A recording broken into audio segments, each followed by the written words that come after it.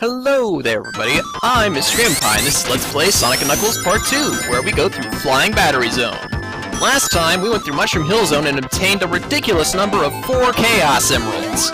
Usually I only leave that area with 1. Anyway, here's probably one of my favorite Sonic levels of all.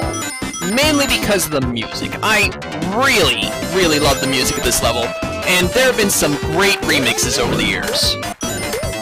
Now for this area, well, the level in general, you're gonna want the Fire Shield, which is basically the first time it's been useful since Angel Island Zone of Sonic 3. There are gonna be a lot of fire traps in this area, and you want to make sure that you can handle those. Also, the double jump that launches you forward isn't that bad either. Yes, these are gonna be the main things. If you stand on them long enough, it'll spring you upward. Of course, being standing next to the side, they try to burn you. Fire Shield negates that. Now, throughout the Sonic series up to this point, we've had various devices that would hold animals inside of them. And whenever you jump on top of them, they release the animals, and they're generally only found at the end of the level after you beat Robotnik. Well, here, they're kind of a theme of the level. They're gonna appear a lot. Sometimes they'll release animals, sometimes they'll release rings, sometimes they'll act as springs, and sometimes they'll even release enemies. And here's a good example. Boom! All the enemies are out! I could have avoided that one by just double jumping, you know, over it, but, you know, demonstration. Now here's a really cool part. You see, there's two things you can do to control the way you jump. Either you press A whenever Sonic is on the side that you want to jump off of, or you press the direction that you want to jump. Now this next part right here, it got me stumped for a while, alright? So you see we got this thing that launches you backwards. And that's cool. But it doesn't look like there's any way to go. Except for the part where this is not a wall, it's a pathway. It took me a while to figure that out. And it's not like there's any alternate way that you could go there, it's that's the way that you have to do it. Alright, now these magnets, these are pretty cool. Boom, skills barely flying right over that spike ball. Yeah, the magnets will magnetize enemies, it'll magnetize these platform crusher thingies, as well as the spike balls that we saw earlier. They don't do, like, a ton of stuff with it, but they make it work. Also, that invincibility was basically useless. I could have just spin dashed through that entire area and it'd have the same results, but the music, man, you gotta have the music. Oh wait, no, that's bad. Oh well. Alright, let's just wait for the magnetism. Start charging up a good old spin dash. You see, this is something that I kind of miss in the modern games, is that the spin dash, it just isn't useful anymore, to the point that it doesn't even exist in most of the modern games. I mean, in Sonic Adventure 2, the times where a spin dash could actually help you, this is the only Chaos Emerald that I know of in this level, by the way, were very minimal. To the point of almost being non-existent. But here in these classic games, you're spin dashing all the time, because because you don't have a homing attack yet, where you can just jump and jump again to get all your momentum. It's the way that you speed up real quick whenever you need to boost forward. So yeah, that's the deal with the spin dash. Probably my favorite move that Sonic has. Anyway, as for this Chaos Emerald minigame, it's kind of hard to describe, really. But one really weird thing about it is that it always makes me think of the Chronicles of Narnia. Now, this level, it has nothing to do with the Chronicles of Narnia. It's a book series that is fantasy stuff, and this, I don't know why, but that's just what comes up to my brain. It's like, oh hey, it's this minigame, Chronicles of Narnia, yeah, that's cool. I don't understand it, but that's just how it goes. Oh, whoa. I almost just ran into that red thread. Barely hit the jump button fast enough. Anyway.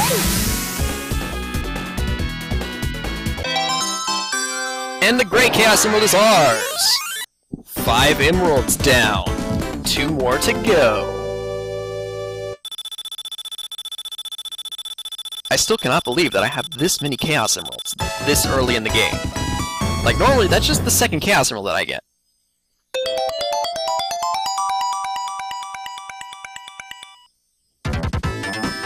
Anyway, let's move onward and get another 1-up. Because, oh, yeah, there was one that released animals, and here's one that releases rings. They always release 5 rings, 3 to one side, 2 to the other. I wouldn't bother really trying to collect them, you know, if you just happen to run off of it and grab one, that's nice, but, don't beat yourself up if you miss one or two. Let's have a mini-game. Ah, yes, the slot machine, where you can, get rings, theoretically. I mean, I don't really need rings, because, oh boy, double jackpot and a ring, that's pretty good. Anyway, this works a lot like the minigame, the Chaos Emerald minigames from Sonic 1. Hitting this little R button here reverses the spin. Hitting the goal is not actually your goal unless you're trying to leave the minigame.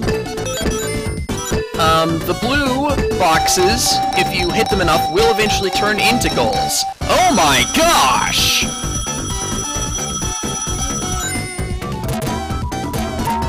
I'm speechless! What is wrong with this game? The amounts of luck that I've had in this playthrough so far are ridiculous. Alright, so here we have a very common theme in the bosses of this game, is that they have to defeat themselves. In this case, just make him hit himself. He aims at where you are, so if you're standing on him, he'll slam himself in the head. The spike balls have deceptively... well actually, the hitboxes are actually kind of small. Like here, I'm gonna try to demonstrate it. Or not. Or that didn't work at all. Weird. I was watching a cool speed run, and they were doing cool tricks where they were just slightly off of the hitbox, and they were actually inside the spike ball, but weren't getting hit by it. I couldn't demonstrate it here, unfortunately.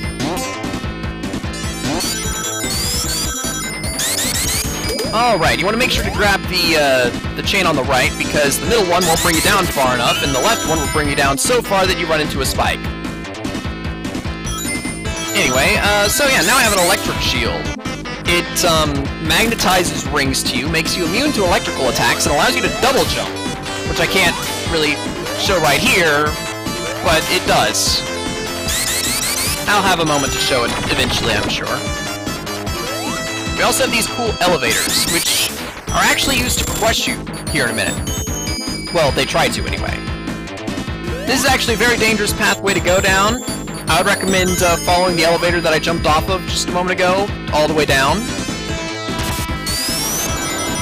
But, yeah, this is what I'm doing.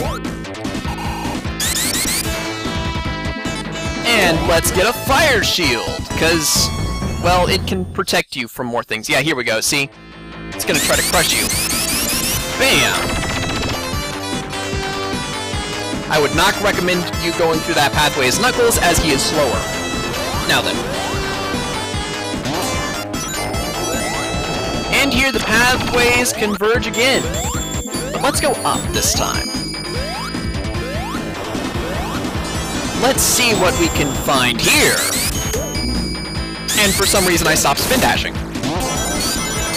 Just holding down here will allow you to go crazy fast. Yeah, these parts where you can just sort of hold down and roll across all this stuff is always really cool. I mean, look at all that. Just launching me all over the place, all blast processing, all the time, despite the fact that this is being played on the GameCube. Yeah, that's how that rolls. Oh, okay, yep, good. So now we have these areas, these things here being used as platforms, rather than just things to crush you. Technically, we already saw them used as platforms, but, you know, I didn't really mention it back then, so here I'm mentioning it now. It's a very nice gimmick. Also, spiders! Spiders are our friends, because they carry us through the level. Now there are also these mouse-like enemies that you've probably seen climbing across the floors and ceilings of the area. They aren't really dangerous to any extent, but they're kind of cute. Well, sorta. In a weird, robotic way. I mean, I just like rodents, so maybe that's what's going on there. Also, we see the capturing devices in the background for a moment. You know, the ones that hold the animals. Really, the backgrounds of this area is just amazing. And now get ready for a reference to Sonic 2! That's right, it's our buddy the Energy Beam! And boy, is he trying to be dangerous, except this time we don't even need to jump on platforms that have spikes on the bottom to hit him. Or hit him at all, actually. He defeats himself, because every time the laser fires, the ship gets more destroyed. Soon these barriers between Robotnik and I will be down. And it's as simple as letting go of your spin dash before it fires. And there we go. Robotnik is freaking out. He has destroyed his own ship. And now it's time for us to pursue him. Now this part, like the keep moving sections of Hydra City and Marble Garden Zone, I kind of had a problem with it the first couple times that I played through this level. These days I don't have a problem with it at all, as you can see. Now I have to wait for the platform to get up to me. Also, this part never really made much sense at all to me from a 3D perspective. Like, what the heck is going on with this platform? Why can't I just, like, jump to the side? How is this even working? I don't know. But in any case, we can just chalk that up to Sega logic, I suppose. And now it's boss time. It's an easy boss, too, actually. So, you know, he's gonna climb along the railings here. If we jump into the middle, he'll shoot fire out. And then he does this, which has no offensive presence and just allows us to hit him. Yeah.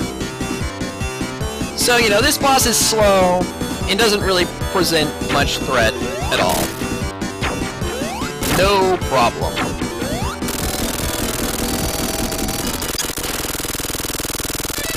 So, let's move onward. Also, I'm not actually standing on the ground, I'm standing slightly above the ground, because I jumped off of the thing and landed while the stuff was going on. Anyway, that's been it for this episode. I'll see you next time whenever I do Sandopolis Zone. See ya!